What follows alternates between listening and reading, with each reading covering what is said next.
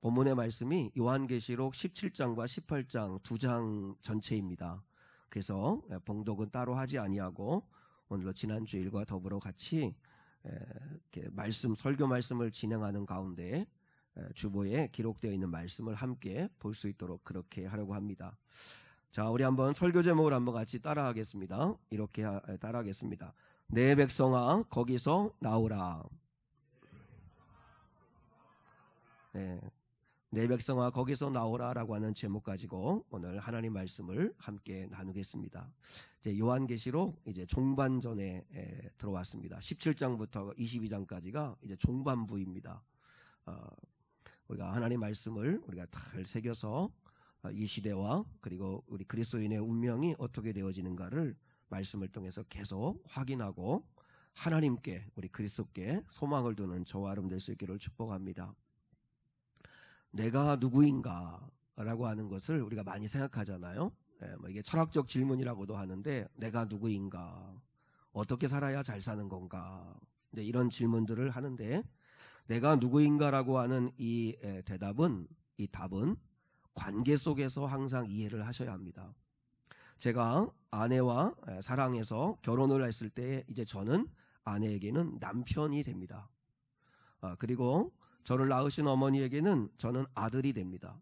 우리 주한이 주영에게는 제가 아버지가 됩니다. 우리 미래교회에 등록한 성도들에게는 제가 담임 목사가 됩니다. 이처럼 내가 누구인가라고 하는 것을 이해하려면 물론 이것은 다 껍데기지만 그렇지만 내가 누구인가를 이해하려면 관계 속에서 이해를 해야 돼요. 그러면 내가 하나님을 믿는다, 내가 예수를 믿는다라고 한다면 하나님과의 관계에서 내가 누구인가를 이해하는 게 그게 제일 정확하겠죠. 하나님은 내가 누구인가를 깨닫게 하시기 위해서 하나님과 우리의 관계가 어떤 것인가를 우리의 눈높이에 맞게 말씀해 주셨어요. 첫 번째는 왕과 백성의 관계다, 이렇게 말씀하셨어요. 하나님을 우리가 만왕의 왕으로 모신 사람만이 그분의 다스리심을 받기 원하는 백성이 될 수 있는 거죠. 내가 누구인가? 하나님이 나에게 만왕의 왕이 되실 때만이 그분의 다스리심을 나는 받기 원합니다. 나는 당신의 백성입니다. 이렇게 내가 누구인가를 깨닫는 거죠. 또 목자와 양의 관계로 주님이 말씀하셨습니다. 다윗이 시편 23편에서 정확하게 고백했잖아요. 여호와는 나의 목자이시니 내가 부족함이 없으리로다. 나는 양입니다. 주님이 나의 목자가 되어 주십시오. 다른 것을 목자로 삼지 않고 여호와 하나님을 나의 목자로 삼겠습니다. 나는 여호와의 양입니다. 이렇게 고백하는 거죠. 또 성경에서는 아버지와 자녀의 관계로 하나님과 우리와의 관계를 설명합니다. 요한복음 1장 12절에서 영접하는 자, 다시 말하면 예수를 영접하는 자들에게는 하나님의 자녀가 되는 권세를 주시겠다, 이렇게 말씀했어요. 성령이 아니고는 하나님을 아바, 아버지라 부를 수 없느니라. 그러니까 우리가 하나님을 아버지로 진정으로 믿는다면 나는 그분의 자녀다 라고 하는 이 확신을 가지고 내가 그러면 어떻게 하나님의 자녀답게 살까 하는 것을 고민하고 기도하는 삶이 필요하다는 거죠. 그리고 네 번째는 부부관계로 설명을 하십니다. 아가서에 보면 하나님은 당신의 백성들에게 나의 신부, 나의 누이야, 이렇게 부르십니다. 나의 신부다 라고 하나님은 우리를 부르신다는 거죠. 또 호세아 선지자도 알잖아요. 호세아 선지자가 하나님의 역할을 하고 그리고 음탕한 고멜이라고 하는 이 여인을 아내로 맞이하는데 바로 이스라엘 백성들이 내 백성이 고멜과 같이 음란한 영적 간음을 행한다는 거죠. 그 관계에서도 호세아서에서도 신랑 되시는 하나님, 또 신부된 이스라엘 백성들과의 관계로 설명하시죠. 또 우리가 요한계시록을 보고 있는데 이제 요한계시록에 보면 신랑 되신 그리스도께서 신부된 자들에게 단장하여 준비한 하나님의 나라가 오고 있다 말씀하시고, 그리고 그리스도와 신랑 되시는 그리스도께 너희는 정결한 신부된 자들로서 순결한 삶을 살기를 원한다고 말씀을 하세요. 그래서 주님과 우리와의 관계는 신랑과 신부와의 관계라는 거죠. 예수님을 믿는 사람들은 반드시 예수님과 영적 결혼을 한 것입니다. 그렇게 여러분 믿을 수 있기를 축복합니다. 근데 그래서 제가 세례교육 할 때도 늘 항상 이야기하는 게 뭐냐면, 세례식이 뭐냐? 세례식은 하나님과 여러 성도들 증인 앞에서 예수님과 결혼식 하는 거다. 여러분, 세례식은 그렇습니다. 물론 세례식은 이미 예수를 믿는 자가 받는 거잖아요. 예수를 믿는 자가 받는 거니까 이미 예수님과 영적 결혼을 한 거지만, 이제 사랑에 빠진 거지만, 그러나 많은 증인들 앞에서 세례식을 통해서 서약하는 거죠.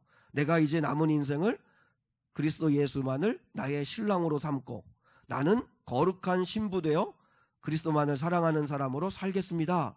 우리가 이렇게 세례식을 해요. 다 오늘 일부 예배 참여하신 성도들은 세례를 받으셨잖아요. 다 우리가 그리스도와 결혼을 한 거예요. 근데 결혼을 했는데, 근데 우리가 오늘 본문에 나오겠지만 외도하고 또 영적 간음을 범하고 또 그리스도 신랑 되시는 그리스도에 대한 사랑이 식어졌다면 이건 심각한 문제라고 하는 거죠. 우리 가운데 그리스도와 빨리 결혼을 하고 이제는 우리의 내가 누구인가를 분명히 찾으셔야 되는데, 여전히 주님과의 관계에서 간만 보는 사람들이 있습니다. 계속 계산만 하고 머뭇머뭇하는 사람들이 있다는 거죠. 예수님의 프로포즈를 빨리 받아들이고 그리고 예수와 함께 결혼하고 이제는 주님만 사랑하며 이 땅을 행복하게 살아가면 좋을 텐데 그렇게 하지를 않아 고민하는 거죠. 그리고 이미 예수님과 결혼해서 사랑에 푹 빠졌다면 절대로 이제는 곁눈질하지 말고, 그리고 주님에 대한 사랑이 식어졌다면 빨리 그걸 다시 회복하는 그런 저와 여러분이 될 수 있기를 주님의 이름으로 축복합니다. 여러분, 부부관계에서 제일 중요한 게 뭐예요? 순결함 아니에요? 순결함? 이제 다 여러분들도 결혼하신 분도 계신데, 결혼하면 상대에 대하여 우리는 순결함을 요구합니다.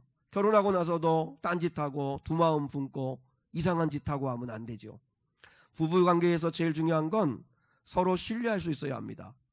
상대가 나를 신뢰할 수 있어야 되고 나도 상대를 신뢰할 수 있어야 되죠. 우리가 주님을 신뢰하듯이 주님도 우리를 신뢰할 수 있어야 된다는 거죠.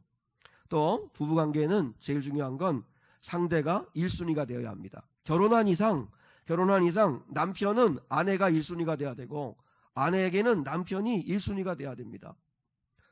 취미, 자기가 즐기는 거, 예전에 뭐 총각 때 아니면 뭐 아가씨 때 그 누렸던 것들 결혼하고 나면 절제하고 때로는 내려놓기도 하고, 그러면서 서로 아름다운 가정을 이뤄가기 위해서 서로 상대를 1순위로 여기고 사랑해야 되죠. 자식도 절대 부부관계에서 1순위가 되시면 안 돼요. 남편, 아내가 제일 1순위가 되고 그 다음에 자녀이고 그 다음이지. 그러면 여러분, 우리는 주님과의 관계가 어떤가 이거죠. 주님이 나에게 1순위냐 이거, 1순위냐. 저도 사실 지금 설교를 하고 있지만 참 이 설교할 자격이 없습니다. 저는 정말 광범위하게 보면 저는 정말 주님을 사랑합니다. 주님을 사랑하는 건 틀림없지만, 그러나 실생활에서 디테일하게 보면 주님이 뒷전일 때가 너무 많습니다. 주님이 뒷전일 때가, 아마 우리 아이들도 그걸 느낄 수 있을 것 같아요. 주님이 뒷전일 때가 많아요. 주보에도 그 글을 그렇게 썼지만, 주님에게 나는 늘 1순위인데 나에게 주님은 늘 2순위, 3순위로 늘 밀려나는 거죠. 우리 장로님, 우리 권사님들, 우리 집사님들, 우리 청년들도 계신데 어떠세요? 여러분, 주님이 여러분의 삶의 1순위예요? 주님은 늘 내가 주님에게 1순위인데 우리에게 주님은 늘 밀려요. 주님은 늘 뒷전이에요. 악한 마귀의 목적이 뭔지 아십니까? 악한 마귀의 목적은 하나님보다 우리가 세상을 더 사랑하게 만드는 것입니다. 세상의 것들을 사랑하게 만들어서 주님과 우리 사이를 멀어지게 만드는 것입니다. 마귀는 신랑 대신 주님과 신부된 우리 사이를 어떻게든지 멀어지게 만들려고 수단과 방법을 가리지 아니하고 우리를 미혹하고 유혹하는 것이에요. 자, 오늘 요한계시록 17장과 18장은 음료와 그리고 바벨론의 이야기가 나와요. 이제 같은 것인데, 자, 요한계시록 17장 1절을 같이 읽어요. 요한계시록 17장 1절 시작. 또 7대접을 가진 7천사 중 하나가 와서 내게 말하여 이르되 이리로 오라. 많은 물 위에 앉은 큰 음녀가 받을 심판을 내게 보이리라. 자, 7대접 심판이 계속 연속되는 과정이에요. 그러니까 요한계시록은 1장, 2장, 3장, 4장, 22장 이렇게 순서대로 벌어지는 사건이 아니라 동일한 사건을 여러 측면에서 계속 반복하는 거예요. 7대접을 가진 7천사 중에 하나가 요한에게 와서 말을 하는 거예요. 큰 음녀가 받을 심판을 내게 보여주리라.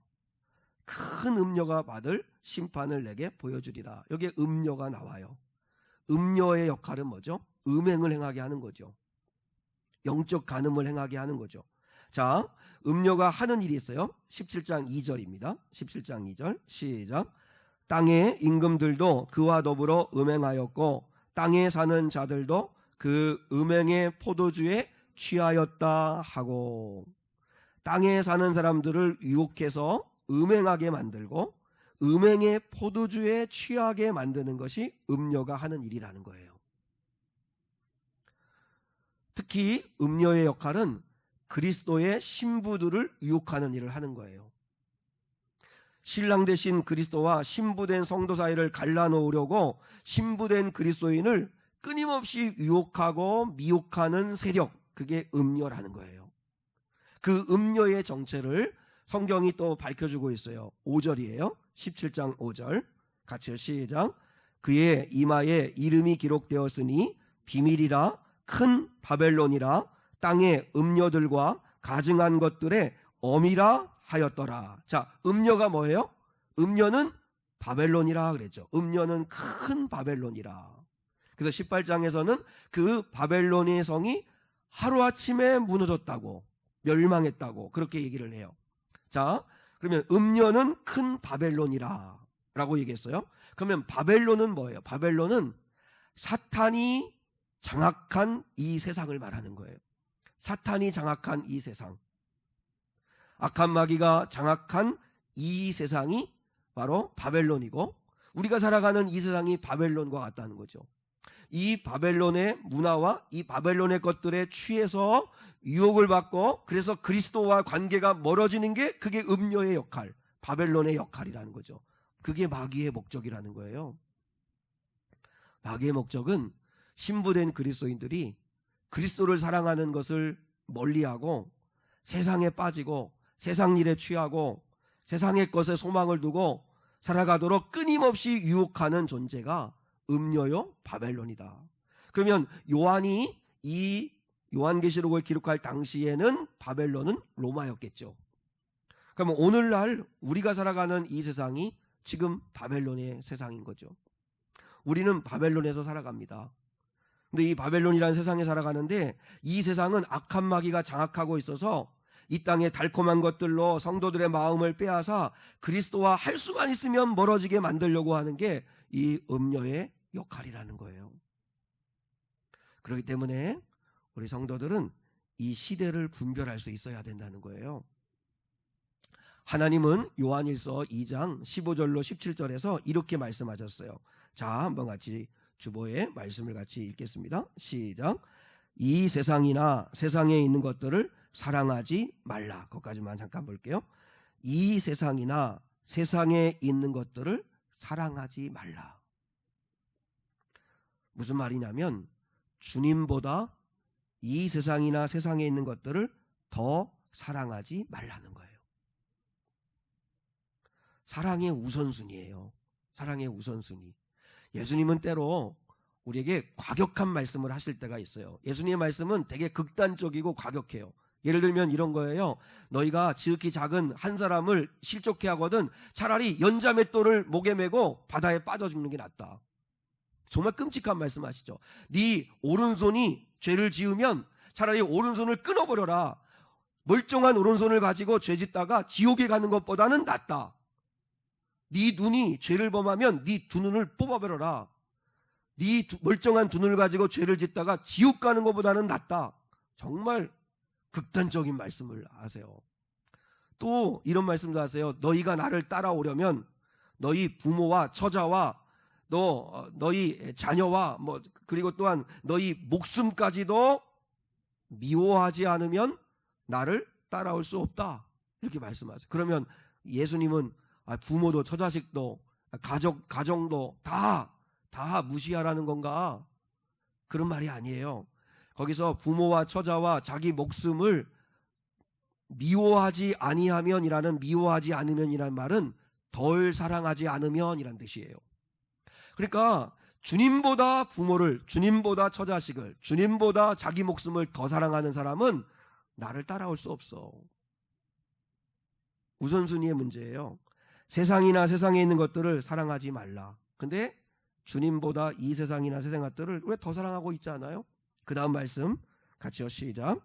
누구든지 세상을 사랑하면 아버지의 사랑이 그 안에 있지 아니하니 이는 세상에 있는 모든 것이 육신의 정욕과 안목의 정욕과 이생의 자랑이니 다 아버지께로부터 온 것이 아니요 세상으로부터 온 것이라. 이 세상도 그 정욕도 지나가되 오직 하나님의 뜻을 행하는 자는 영원히 거하느니라. 이 세상이나 세상에 있는 것들은 다 뭐예요? 세 가지예요. 육신의 정욕, 그죠? 내가 내 마음대로 먹고 싶으면 먹고, 내가 하고 싶으면 하고, 내가 즐기고 싶으면 즐기고. 아니, 육신의 정욕, 육신이 원하는 대로 살아가는 거. 그리고 안목의 정욕. 여러분, 눈으로 죄 짓는 게 얼마나 많아요. 그리고 이생의 자랑, 명예, 이 세상의 것들, 이런 것들은 아버지께로부터 온 것이 아니다. 이 세상도 정욕도 다 지나간다. 오직 하나님의 뜻을 행하는 자만이 영원히 남는다. 말씀을 하신 거죠. 자, 이 세상은 모든 것이 다 돈으로 통하는 시대입니다. 이 시대를 분별하셔야 되는데, 믿지 않는 사람들은 두말할 것도 없이 믿는 성도들도 돈을 너무나 사랑하며 살아갑니다. 이 세상은 끊임없이 돈이 최고라는 메시지를 마귀는 계속 우리에게 넣어줍니다. 돈이 최고다. 돈이 최고다. 그래서 성도들도 어느 순간에 돈 하면서 그렇게 살아갑니다. 온통 생각이 돈 버는 생각, 돈 걱정 하면서 살아갑니다. 악한 마귀는 돈이 행복을 주는 거고 돈이 기쁨을 주는 거라고 그렇게 믿게 우리를 만듭니다. 모든 언론과 모든 광고와 이 세상의 모든 이 바벨론에서 주는 메시지는 다 돈이 행복을 주는 거고 돈이 참된 기쁨을 주는 거야. 돈 없으면 사람 노릇도 못하고 돈 없으면 실패자고 돈 없으면 아무것도 아니야. 계속 이런 메시지를 주는 게 이 바벨론이라는 거죠. 그래서요, 돈을 벌려고 거짓말을 해요. 돈을 위해서 정말 중요한 신앙도 건강도 가정도 다 맞바꿔버려요. 돈 때문에 형제지간이 원수지간이 돼요. 돈을 위해서 불법을 저지르고 사기를 쳐요. 가짜를 만들어내요. 신문방송을 보세요. 다 돈 이야기예요. 누가 돈을 벌었더라, 돈이 얼마 있더라, 건물이 몇 채다더라, 집이 얼마라더라, 다 돈 이야기입니다. 사회면을 보세요. 돈 때문에 흉악한 범죄들을 범합니다. 다 그 밑바닥에는 돈이 있어요. 제가 기사를 보니까요, 일본의 10대 청소년은 15년을 정말 밥만 먹고 주유소에서 알바하며 일을 했대요. 그래서 큰 푼도 쓰지 아니하고 그 돈을 차곡차곡 모아가지고 람보르기니를 샀대요. 람보르기니가 뭔지 아십니까? 고급 승용차, 아주 비싼 승용차를 샀대요. 이 젊은이의 꿈은 오직 하나, 인생의 목표는 하나, 람보르기니를 갖는 거. 그러면 그 차를 갖는다고 그 운영이나 하겠어요? 유지비가 얼마나 들겠어요? 근데 아무튼 일단 이 젊은이의 꿈의 전부는 람보르기니라는 차를 사는 거. 이게 요즘 바벨론에서 주는 메시지인 거죠. 또 중국의 한 청년은 아이패드를 사기 위해서 집이 너무 가난하니까 자기의 신장 한쪽을 팔았대요. 중국에서는 그런 일들이 많이 벌어지니까 그랬나 봐요. 문제는 뭐예요? 성도들도 돈 때문에 시험 들고 돈 때문에 믿음 버리고 돈 때문에 하나님의 말씀에 순종하지 않는 일들이 우리에게 얼마나 많냐는 거예요. 하나님을 믿는다고 하면서 늘 돈 걱정하고 돈 때문에 행복했다 불행했다가 하고 늘 돈에 좌우되고, 그게 여러분 우리는 돈에 사로잡혀 살아가는 거예요. 자, 요한계시록 17장 4절 보세요. 이 음녀가 어떤 모습으로 우리를 유혹하는가를 보세요. 이 바벨론이 우리를 어떻게 유혹하는가를 보세요. 자, 시작. 그 여자는 자줏빛과 붉은 옷을 입고 금과 보석과 진주로 꾸미고 손에 금잔을 가졌는데 가증한 물건과 그의 음행에 더러운 것들이 가득하더라. 음녀의 특징이 뭐예요? 음녀의 특징은 자줏빛과 붉은 옷을 입었다. 이건 명품 옷을 둘렀다는 거예요. 코로나 시국에도 명품을 사려는 사람들로 길게 줄을 서 있는 명품관 앞을 보세요. 또 금과 보석과 진주로 치장을 했어요. 꾸몄어요. 그러니까 시가가 얼마냐 라는 데에만 관심을 갖는 거죠. 그리고 손에는 금잔을 들고 있는데 그 금잔 안에는 음행과 더러운 것들이 가득 들어있더라. 금잔을 하나 쥐우려고 얼마나 많은 이 죄악 가운데 빠지느냐 하는 거예요. 그래서 그럼 목사님 그러면 성도들은 세상 떠나야 되고 이민 가고 산속으로 들어가고 직장생활도 하지 말고 돈도 벌지 말고 그래야 되는 겁니까? 라고 물을 수 있을지 모르겠는데, 성도들은 그래서 이런 시대에 반드시 날마다 물어야 할 질문이 있어요. 뭐냐면 왜? 라는 질문이에요. 나는 왜 돈을 벌려고 하는 건가? 여러분이 정말 지금 하고 싶은 일이 있으십니까? 그러면 그 일을 왜 하려고 하는 건가? 왜 하려고 하는 건가? 마음의 동기를 한번 겸손하게 정직하게 한번 대답을 해보세요. 왜 주식을 그렇게 하려고 하는 건가? 어떤 성도는 주식하고 비트코인하고 이렇게 투자하는 거 이거 잘하는 거예요? 못하는 거예요? 그리스도인으로서 해야 되는 거예요? 말아야 되는 거예요? 라고 할 때 그때 그 신학대학 연세대 그 신학과 교수님은 그렇게 했습니다. 왜? 라고 먼저 물어보라. 왜? 도대체 왜 주식을 하려고 하는 거냐? 왜 거기에 투자를 하려고 하는 거냐? 그게 인간적인 자기 욕심이라면 그럼 하지 마라. 성도 여러분, 남들이 명품 옷 입으니까 나도 입어야 되고, 친구가 해외여행 가니까 나도 해외여행 가야 되고, 남들이 해야 되니까 나도 해야 된다면 그거 하지 말라는 거예요. 하지 마라. 왜 그것을 하려고 하는가? 자기 만족입니까? 아니면 폼나니까 하려고 하는 겁니까? 아니면 남들 앞에서 과시하려고 하는 겁니까? 아니면 남들 다 하니까 나도 뒤처지면 안 되니까 그래서 하려고 하는 겁니까? 그렇다면 하지 말라는 거예요. 그러면 성도들은 물어야 합니다. 왜 하려고 하는 건가? 이게 하나님께 영광이 되는 건가? 이게 하나님이 기뻐하시는 일인가? 이게 하나님의 말씀과 일치하는 일인가? 그 일을 하려고 하는 목적은 뭔가? 그걸 한번 물어보라는 거예요. 그래서 돈을 똑같이 벌더라도 그리스도인은 달라야 되고, 돈을 버는 목적이 달라야 되고, 직장생활하는 목적이 달라야 되고, 공부해야 되는 목적이 달라야 된다는 거죠.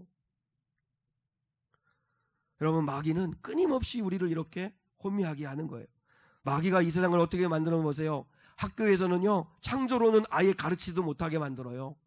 그리고 진화론만 가르치게 만들어요. 이게 마귀가 세상을 그렇게 만들어 가요. 동성애를 합법화하고 온갖 성적 타락을 조장하고 음란물의 홍수 속에 살아가도록 만드는 게 이 세상이에요. 한 목사님의 설교를 듣다가 들었던 이야기인데, 외국에 살던 성도가 이제 이렇게 인천공항에 내려가지고 이제 대한민국에 들어왔는데 곳곳에 십자가가 세워져 있는 걸 보고 감탄을 했대요. 아, 대한민국이 이렇게 하나님을 잘 섬기는 나라구나. 첫 번째 놀랬대요. 이 많은 십자가 때문에. 그다음 두 번째 놀란대요. 그렇게 십자가가 많고 그렇게 교회가 많고 교인이 많다고 자랑하는데 도대체 그 많은 교인들은 도대체 어디 있는 건가? 왜 이렇게 한국은 거짓되고 음란하고 더럽고 왜 죄악이 이렇게 가득한 건가?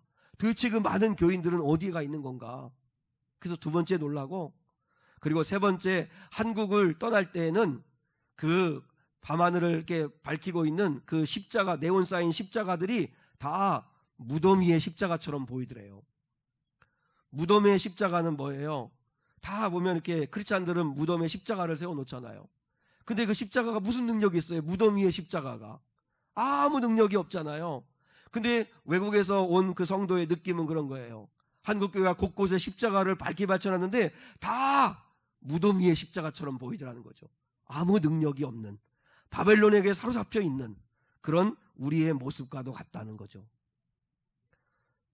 그러면 수많은 사람들이 사랑하는 이 음녀, 이 바벨론은 도대체 어떻게 되는 건가? 성경은 분명히 말씀하고 있어요. 자, 요한계시록 17장 14절만 볼게요. 14절만 볼게요. 11절로 13절은 보지 않고 14절만 읽어요. 시작. 그들이 어린 양과 더불어 싸우려니와 어린 양은 만주의 주시요 만왕의 왕이심으로 그들을 이기실 터이요 또 그와 함께 있는 자들 곧 부르심을 받고 택하심을 받은 진실한 자들도 이기리로다. 요한계시록을 절대 어려운 책이라고 생각하지 마셔야 되는데, 그러니까 그리스도와 그리스도를 따르는 교회와 그리스도인들을 핍박하는 반대쪽에 서 있는 대적들은 큰 용, 마귀라고도 하는 옛뱀인 사탄이고, 그리고 사탄이 부리는 두 짐승 있잖아요. 바다에서 올라온 짐승, 땅에서 올라온 짐승. 바다에서 올라온 짐승은 정치적 세력, 그 다음에 땅에서 올라온 짐승은 종교적 세력. 이 사탄 마귀를 따르는 그런 자들 짐승을 앞세워서, 그래서 이 세상을 끊임없이 성도들을 공격하는데, 그 공격하는 이 사탄이 장악한 이 세상이 음녀요 바벨론이라는 거죠. 근데 그들이 어린 양과 싸우려고 싸움을 걸어요.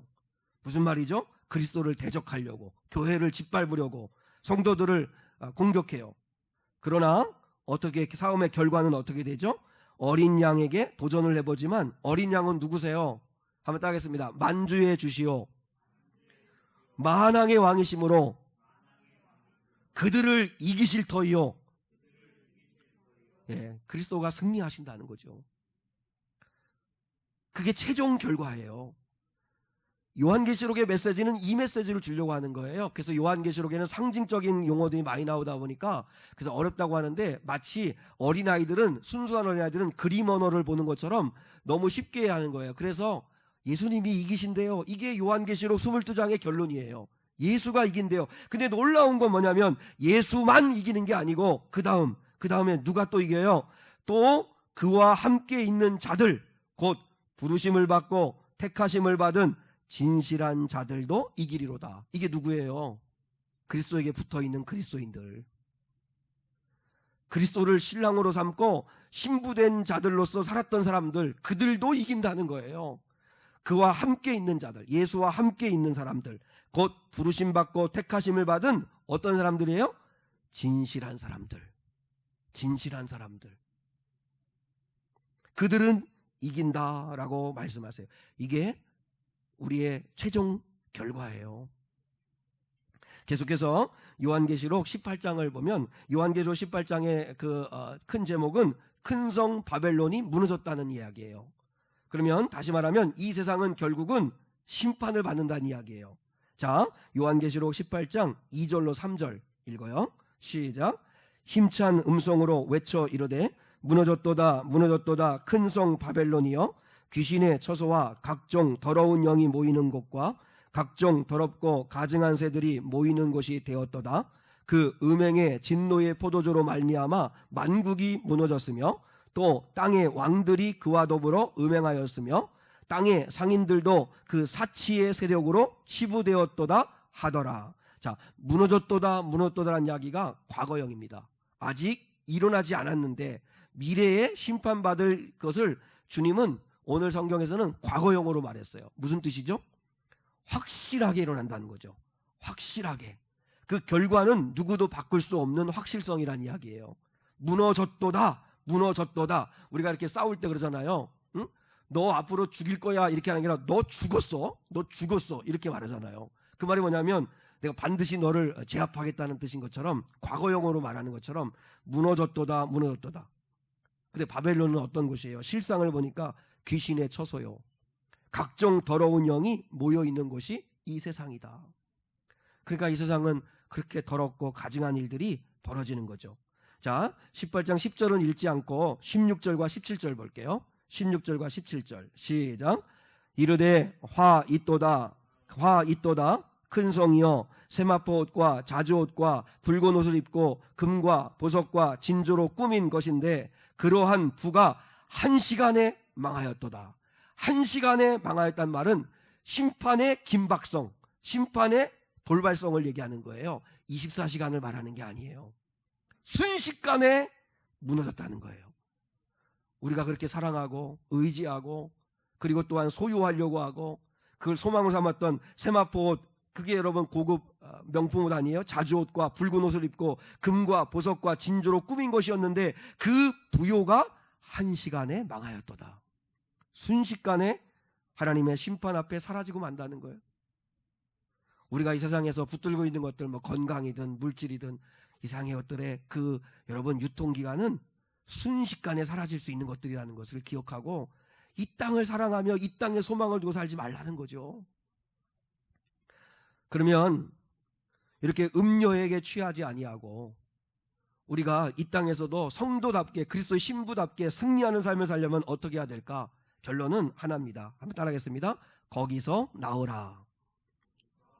자, 요한계시록 18장 4절을 봐요. 요한계시록 18장 4절 시작. 또 내가 들으니 하늘로부터 다른 음성이 나서 이르되 내 백성아 거기서 나와 그의 죄에 참여하지 말고 그가 받을 재앙들을 받지 말라. 내 백성아, 사랑하는 내 백성아, 거기서 나와라. 거기서 나와라. 그러면 거기가 어디예요? 바벨론에서 나와라. 음녀에서 나와라. 그럼 아까도 말했지만 산속으로 들어가라는 이야기예요? 그러면 이민 가라는 거예요? 이 세상을 그러면 등지라는 거예요? 아니요. 바벨론에서 나오라 한 이야기는 첫 번째 죄에서 나오라는 거예요. 죄에서 나오라. 죄에 참여하지 말고 그랬잖아요. 죄에 참여하지 말고. 우리 성도들이 죄에 참여하지 마셔야 돼요. 지금도 여전히 죄의 자리에 앉아 있으시다면, 죄의 자리에 깔고 앉아서 죄를 누리고 계시다면 당장 나와야 된다는 거예요. 하나님의 심판이 언제 임할지 모르기 때문이에요. 캄캄하고 어두컴컴한 그 방의 커튼을 확 이렇게 젖히고 이게 맞는 말이에요? 이렇게 열고 그리고 죄로부터 나오라는 거예요. 우리 청년들, 우리 성도들 어두컴컴한 죄악 가운데 있지 말고 죄로부터 나오라. 두 번째, 불신앙에서 나오라. 불신앙에서 나오라. 사랑하는 여러분, 부탁합니다. 미지근한 신앙에서 빨리 나오십시오. 언제까지 미지근한 신앙을 그대로 유지하다가 여러분 그 신앙을 회복하지 못하고 주 앞에 서면 어떡합니까? 그리고 바벨론의 문화, 바벨론식 사고방식, 바벨론의 가치관에서 나오라. 출애굽한 이스라엘 백성들이 몸만 애굽에서 나오면 안 되고 탈애굽해야 된다고 말씀드렸잖아요. 그들의 문화 속에서, 습성 속에서, 그 관점에서, 거기에서 가치관에서 나와야 된다고 말씀하시는 것처럼 나와야 된다는 거죠. 교인인데 높은 자리에 승진을 해가지고 그 동료들이 다 승진 축하하는 자리가 있었다고 그래요. 근데 승진하는 축하 자리에서 그가 술을 좀 먹고, 그게 술을 먹은 게 화근이죠. 술에 취해가지고 여직원하고 같이 춤추자고 여직원을 막 이렇게 잡아 끌고 하다가 성추행으로 고발됐어요. 그래서 결국은 대기 발령이 나가지고, 그리고 그동안 평생 쌓아놨던 그 모든 답을 한순간에 무너뜨리고 말았다는 거예요. 교회 다니는데 여전히 바벨론의 문화, 바벨론식 생각, 바벨론식 습관을 가지고 술에 취해가지고, 그리고 그냥 회식만 하고 나왔으면 좋았을 걸, 춤추자고 여직원을 끌어내다가 성추행으로 고발되어가지고, 그래서 결국 인생이 무너졌다는 거예요. 이게 우리의 습관 속에 얼마나 이런 일들이 많냐 이거죠. 거기서 나와라 하는 말을 가장 먼저 했던 때가 언제냐면, 소돔과 고모라 성에 살고 있었던 롯에게 하나님이 천사들을 보내서 이제 소돔과 고모라 성은 하나님이 유황불로 심판할 거다. 그러니 거기서 빨리 나와라 말씀하셨어요. 그게 창세기 19장에 있어요. 빨리 나오라는 이야기를 들었어요. 이제 롯이 이 긴박한 사실을 듣고, 이 상황을 듣고 사위들에게로 찾아가요. 근데 사위들이 어떻게 반응한지 아십니까? 자, 창세기 19장 14절 같이 한번 봐요. 창세기 19장 14절 시작. 롯이 나가서 그 딸들과 결혼할 사위들에게 말하여 이르기를 여호와께서 이 성을 멸하실 터이니 너희는 일어나 이곳에서 떠나라 하되 그의 사위들은 뭘로 여겼더라? 농담으로 여겼더라. 여기서 결혼할 사위들한테 결혼이라는 이야기는 아시잖아요. 1년 전에는 정혼을 먼저 한다는 거, 약혼을 먼저 하는 거. 그러니까 혼인신고는 이미 돼 있는 거고, 그리고 합방을 하고 결혼식을 하는 건 1년 뒤나 6개월 뒤에 하는 거. 그게 유대인의 결혼법이잖아요. 그러니까 이미 이 사람들은 이제 롯의 딸들과 결혼한 사람들이에요. 정혼한 사람들이에요. 근데 롯이 이 땅은 멸망한다. 하나님이 이 땅을 해서 빨리 떠나라고 했다. 근데 그 말을 농담으로 들었다는 거예요.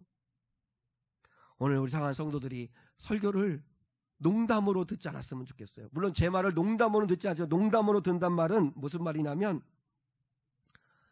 비웃는다, 조롱한다, 웃긴 소리네 라고 무시해버린다는 뜻을 가지고 있어요. 차크라고 하는 말인데, 이 차크라고 하는 말은 귀담아 안 듣는다는 뜻이에요. 귀뚱으로도 안 듣는다는 뜻이에요. 근데 얼마나 많은 성도들이 목회자의 설교를 그렇게 들어요. 그래서 지체하니까 이제 천사들이 롯의 손을 잡고 두 딸과 그의 아내를 끌어냅니다.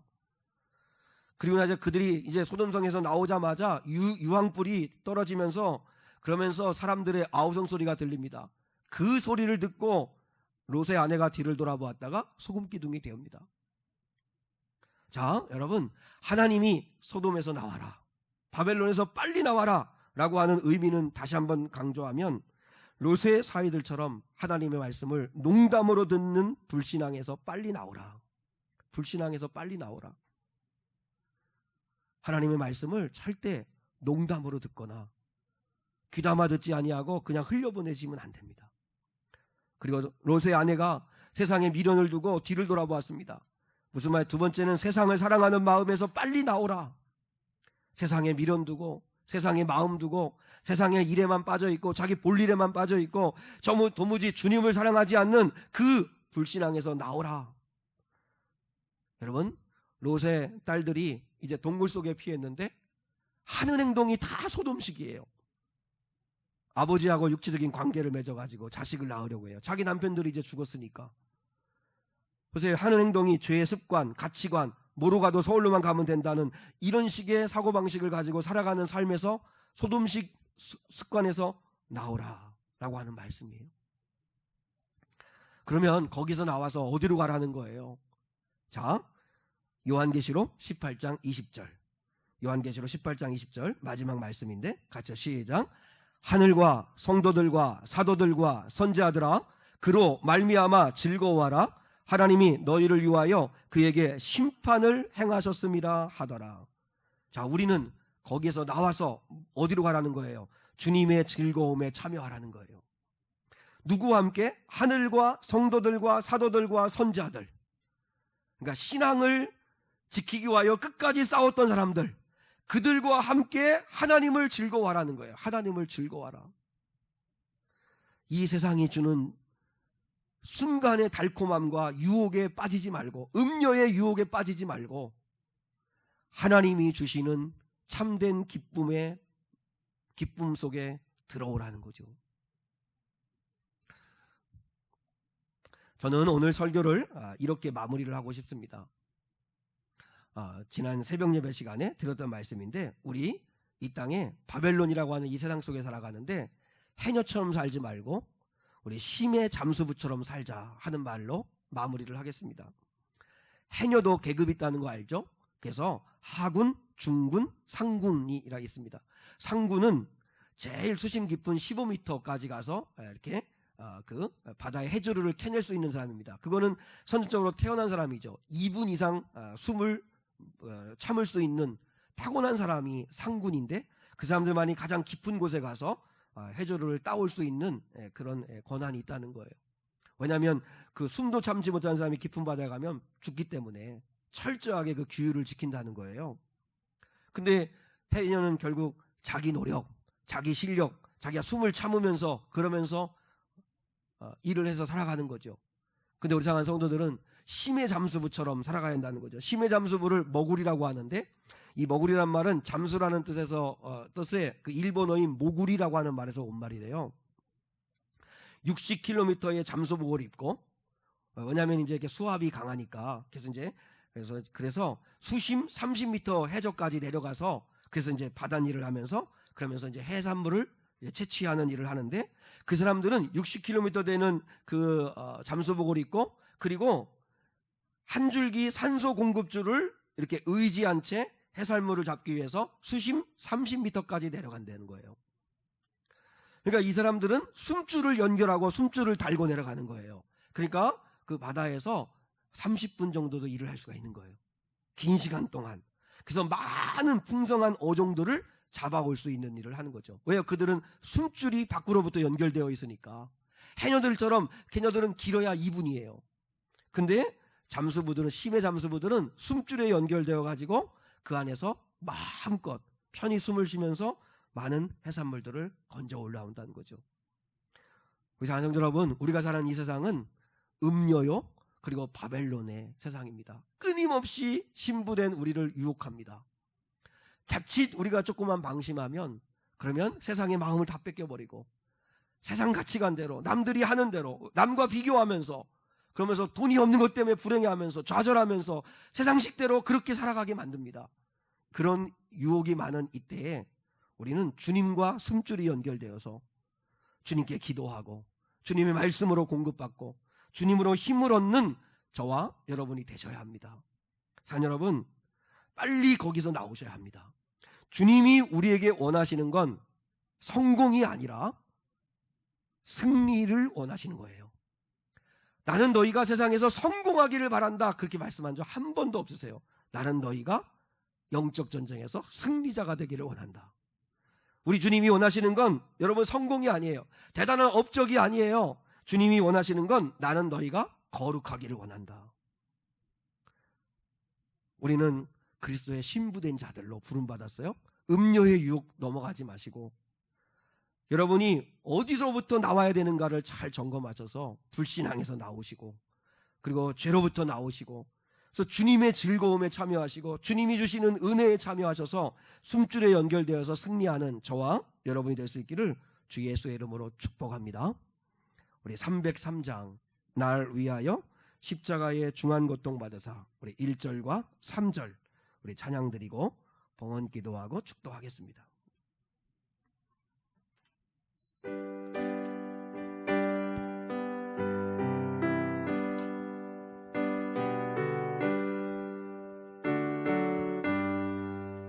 날 위하여 십자가에 중한 고통 받으사 대신 죽은 주 예수의 사랑하신 은혜요 보배로운 피를 흘려 영영 죽은 죄에서 구속함을 받은 우리 어찌 찬양 안 할까.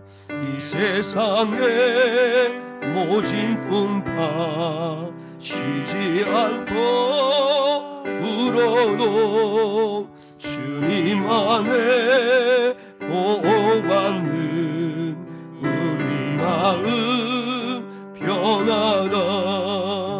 늘 깨어서 기도하고 저 천국을 바라며 주님만을 기다리니 어찌 찬양 안 할까.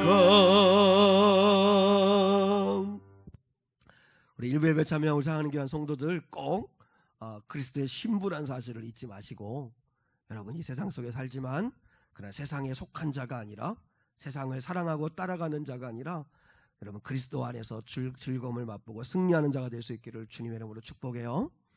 하나님 감사합니다. 오늘 거룩한 주일 주시고 이 귀한 예배 시간에 저희를 부르셔서 감사합니다. 오늘 생명의 말씀을 던져주셨는데 이 말씀을 농담으로 듣는 것이 아니라 생명의 말씀으로 받아들여 우리가 새롭게 살아나게 하여 주옵소서. 아버지 하나님, 이 세상은 음녀요 바벨론이요 우리를 할 수만 있으면 그리스도와 우리 관계를 멀어지게 하려고 유혹하고 시험하고 미혹하고 공격하고 수단 방법을 가리지 않는 그런 세상입니다. 이 세상 속에서 하나님 아버지 우리의 마음과 생각을 빼앗기지 않게 도와주시고 주님으로 인하여 감사하며 예수 그리스도만을 나의 1순위로 삼고 주님만을 뜨겁게 사랑하며 이 땅에서 승리하는 삶을 사는 거룩한 자들 되게 하옵소서. 우리 인생의 목적은 성공이 아니라 승리요 성공이 아니라 거룩함입니다. 이 삶을 사는 자들 되어서 그리스도와 연결된 거룩한 자들이 되게 하옵소서. 오늘 일부 예배에 참여하며 또한 아버지 앞에 겸손하게 예물을 준비하여 봉헌한 손길마다 하나님 은혜 도와여 주시고, 주여 돈으로 이 세상이 행복할 거라고, 돈이 전부라고, 돈을 쫓아야 된다고 끊임없이 우리를 미혹하는 이 세상에서 돈은 하나님의 은사요 하나님의 영광을 위하여 사용할 것임을 알고 그리스도께 순종하는 삶을 살며 돈의 노예가 되지 않게 도와주시고 돈을 통하여 영광 돌리는 거룩한 자들이 되게 하여 주시옵소서. 그리고 하나님께서 그들에게 약속한 놀라운 물질과 육신의 건강뿐만 아니라 영혼의 승리를 허락하여 주시옵소서. 감사하고 사랑 많으신 예수 그리스도의 이름 받들어 기도드리오며, 지금은 우리 주 예수 그리스도의 은혜와 하나님 아버지의 극진하신 사랑과 성령 하나님의 함께 하심이 오늘 여기 모여 예배한 거룩한 성도들 위에 영원히 함께 하시기를 축원하옵나이다. 아멘.